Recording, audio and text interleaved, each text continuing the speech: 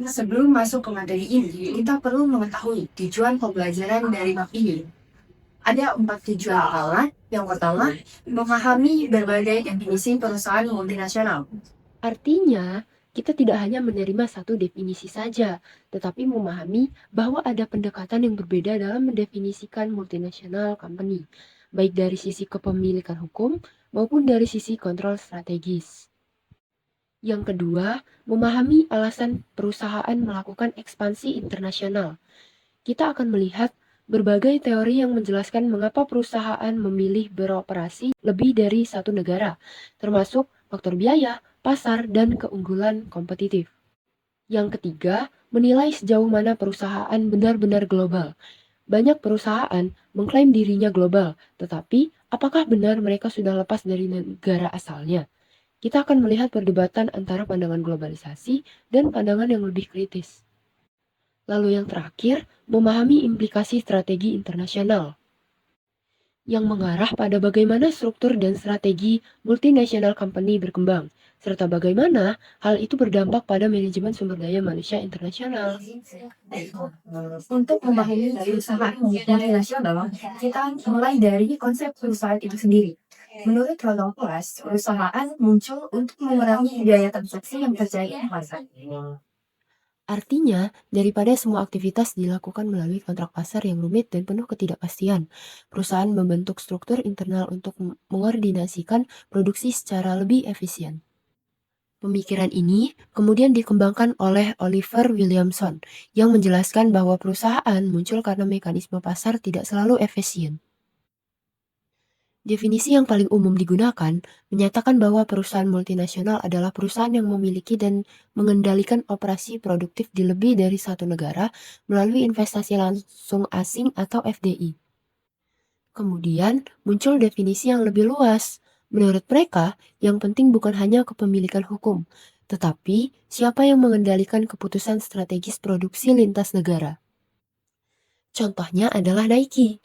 Nike tidak memiliki pabrik sendiri, tetapi mengontrol seluruh proses produksi melalui standar desain, harga, dan kualitas. Artinya, secara hukum pabrik itu independen, tetapi secara strategis tetap dikendalikan Nike. Jadi, definisi luas melihat kekuasaan dan kontrol, bukan hanya kepemilikan formal. Selanjutnya, kita akan membahas tentang motivasi internasionalisasi dan perusahaan multinasional atau IMNC. Sebelum itu, apa sih internasionalisasi itu? Internasionalisasi adalah ketika perusahaan memperluas usahanya ke luar negeri. Awalnya, perusahaan melakukannya untuk mengamankan bahan baku, memperluas pasar, dan meningkatkan keuntungan.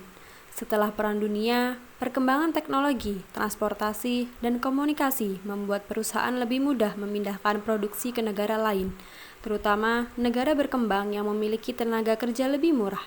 Hal ini dijelaskan dalam konsep New International Division of Labor, yaitu pembagian kerja antara negara maju dan negara berkembang.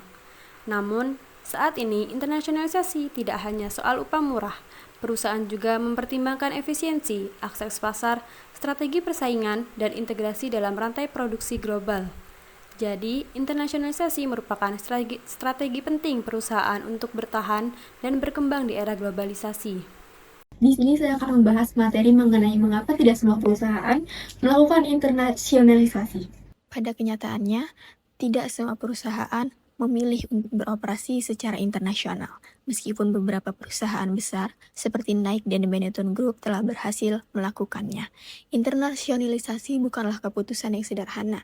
Banyak ekonom awalnya beranggapan bahwa jika suatu perusahaan memiliki keunggulan, maka keunggulan tersebut dapat diperjualbelikan di pasar. Namun dalam praktiknya, banyak keunggulan perusahaan bersifat unik dan sulit dipindahkan, terutama aset tidak berwujud seperti reputasi merek, budaya organisasi, serta keahlian manajerial.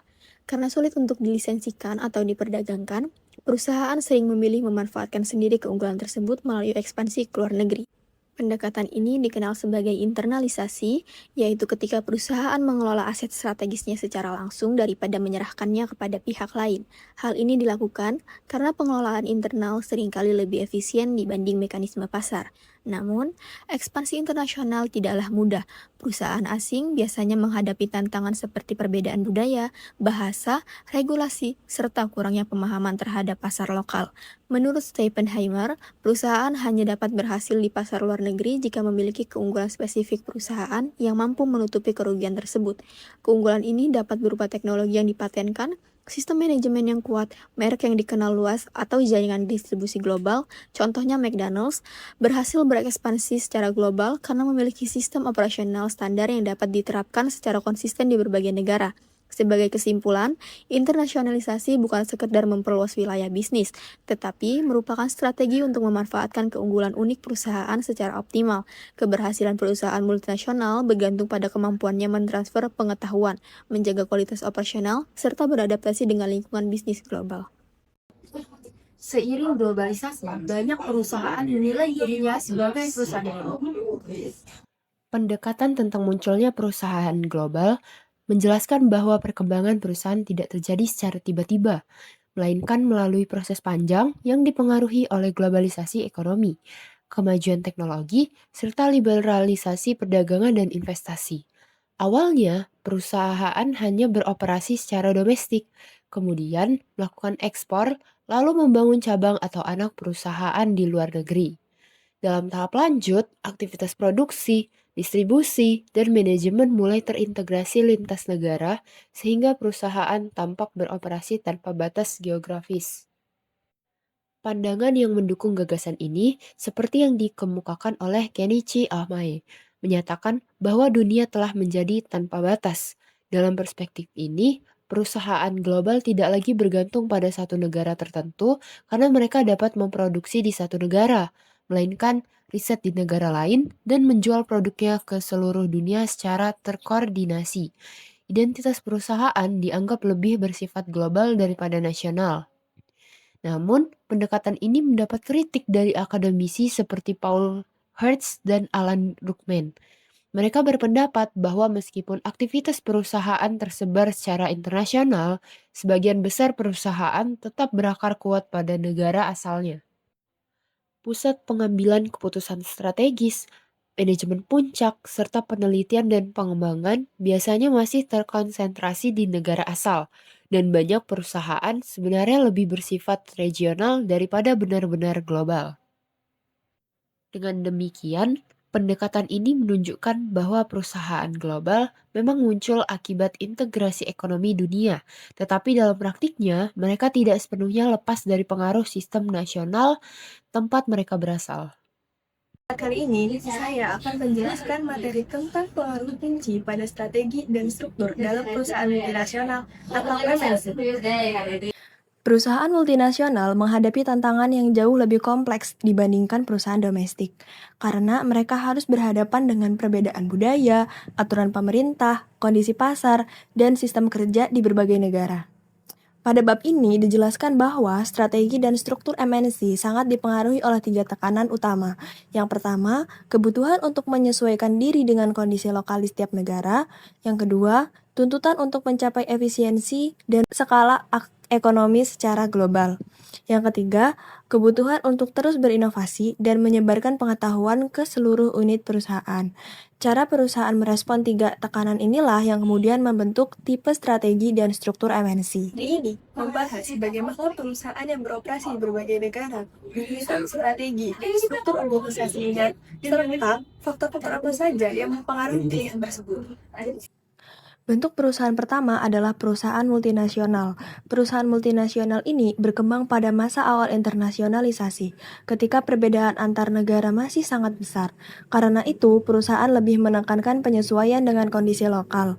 Setiap anak perusahaan diberi kebebasan untuk mengelola bisnisnya sendiri, sesuai dengan aturan dan kebiasaan di negara masing-masing. Kantor pusat hanya memberikan arahan umum dan tidak terlalu ikut campur dalam keputusan sehari-hari. Struktur organisasi perusahaan multinasional bersifat terdesentralisasi. Dari sisi sumber daya manusia, kebijakan ketenagakerjaan disesuaikan dengan kondisi lokal dan perusahaan lebih banyak menggunakan manajer lokal dibandingkan manajer ekspatriat. Kelebihan dari bentuk ini adalah perusahaan lebih mudah diterima di pasar lokal. Namun, kelemahannya adalah kurangnya efisiensi global dan minimnya kerjasama antar anak perusahaan. Bentuk perusahaan kedua adalah perusahaan global. Perusahaan global ini muncul ketika persaingan internasional semakin ketat dan perusahaan mulai fokus pada efisiensi biaya. Dalam bentuk ini, perusahaan berusaha menyamakan produk, proses, dan sistem kerja di semua negara. Strategi perusahaan global menekankan standarisasi dan integrasi global. Anak perusahaan di luar negeri dipandang sebagai perpanjangan dari perusahaan induk di negara asal. Struktur organisasi perusahaan global bersifat tersentralisasi, dengan keputusan strategis berada di tangan kantor pusat. Untuk memastikan kebijakan pusat dijalankan, perusahaan global sering menempatkan manajer ekspatriat di anak perusahaan luar negeri. Keunggulan perusahaan global ini terletak pada efisiensi dan kontrol yang kuat. Namun, pendekatan ini sering dikritik karena kurang peka terhadap kondisi lokal dan dapat menimbulkan resistensi di negara tuan rumah. Bentuk perusahaan ketiga adalah perusahaan internasional. Perusahaan internasional berada di antara perusahaan multinasional dan perusahaan global. Fokus utamanya adalah menyebarkan keahlian dan inovasi dari kantor pusat ke anak perusahaan luar negeri. Inovasi dan teknologi biasanya dikembangkan di pusat, kemudian ditransfer ke unit internasional untuk disesuaikan dengan pasar lokal. Karena itu, struktur perusahaan internasional tidak sepenuhnya terpusat, tetapi juga tidak sepenuhnya terdesentralisasi. Manajer lokal memiliki peran penting dalam mengimplementasikan inovasi, sementara manajer internasional berfungsi sebagai penghubung antara kantor pusat dan anak perusahaan. Bentuk perusahaan ini sering dianggap lebih memberi manfaat bagi negara tuan rumah karena adanya transfer teknologi dan pengetahuan, meskipun aliran inovasi masih lebih banyak berasal dari negara asal. Perusahaan transnasional hadir untuk menjawab tuntutan efisiensi global. Lalu, bagaimana sih konsep dan perusahaan transnasional ini? Goshal dan Bartlett mengemukakan bahwa dalam beberapa dekade terakhir, semakin banyak industri yang menghadapi 3 tekanan secara bersamaan. Yang pertama, kebutuhan untuk responsif terhadap kondisi lokal. Yang kedua, pencapaian efisiensi melalui skala global dan penyebaran inovasi di seluruh lokasi operasi. Ketiga jenis perusahaan sebelumnya, yaitu multinasional, global, dan internasional, masing-masing hanya mampu merespon salah satu tekanan tersebut. Oleh karena itu, mereka memperkenalkan bentuk keempat yang disebut perusahaan transnasional sebagai solusi yang dapat menjawab ketiga tekanan sekaligus. Perusahaan transnasional bekerja melalui penciptaan jaringan terpadu dari berbagai lokasi, di mana setiap unit memiliki peran yang terspesialisasi. Berbeda dengan model global yang sekedar mereplikasi operasi negara asal, setiap pabrik dalam jaringan transnasional diberi kebebasan untuk merespon faktor lokal sekaligus terintegrasi dalam skala yang lebih luas.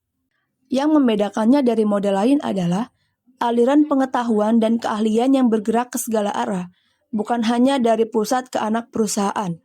Para manajer yang berpindah antar lokasi berfungsi sebagai perekat jaringan dan mereka tidak harus berasal dari negara induk saja.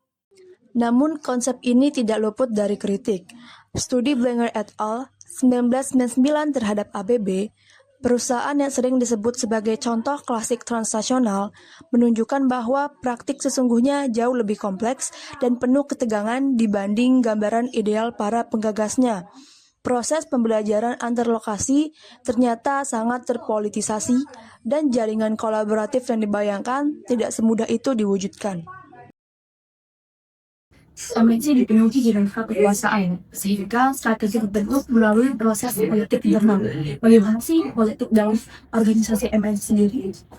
Materi selanjutnya yaitu pentingnya politik organisasi dalam MNC. MNC bukanlah entitas yang beroperasi secara harmonis. Di dalamnya terdapat berbagai kelompok aktor, yaitu manajer haki, manajer anak perusahaan, ekspatriat, dan manajer lokal yang masing-masing memiliki tujuan, prioritas, dan sumber daya tersendiri. Strategi dalam MNC tidak lahir dari proses rasional yang terencana, melainkan dari tawar-menawar dan kompromi antar kelompok-kelompok tersebut. Salah satu sumber ketegangan paling nyata adalah antara HQ dan anak perusahaan. HQ cenderung berupaya memajukan posisinya dengan membangun kebijakan global, sementara anak perusahaan berjuang mempertahankan otonomi. Contoh yang dikutip dalam bab ini adalah anak perusahaan Prancis dari sebuah MNC Inggris yang berhasil menolak perintah HQ terkait waktu pelaksanaan program pemecatan. Manajer lokal mengetahui bahwa HQ sangat bergantung pada mereka untuk melayani pasar Perancis, dan HQ tidak memiliki cukup manajer yang memahami konteks hukum dan budaya setempat untuk menggantikan mereka. Di sisi lain, HQ juga memiliki sumber kekuasaan yang tidak kalah kuat. Yang paling kentara adalah kendali atas alokasi dana investasi baru yang membuat pabrik-pabrik di berbagai negara efektif bersaing satu sama lain. Selain itu, HQ mengelola jalur karir para manajer unit. Promosi dan penugasan internasional digunakan sebagai insentif agar manajer lokal mau berpartisipasi aktif dalam jaringan. Praktik benchmarking antar pabrik juga digunakan secara sistematis untuk menekan peningkatan kualitas dan efisiensi di tingkat lokal.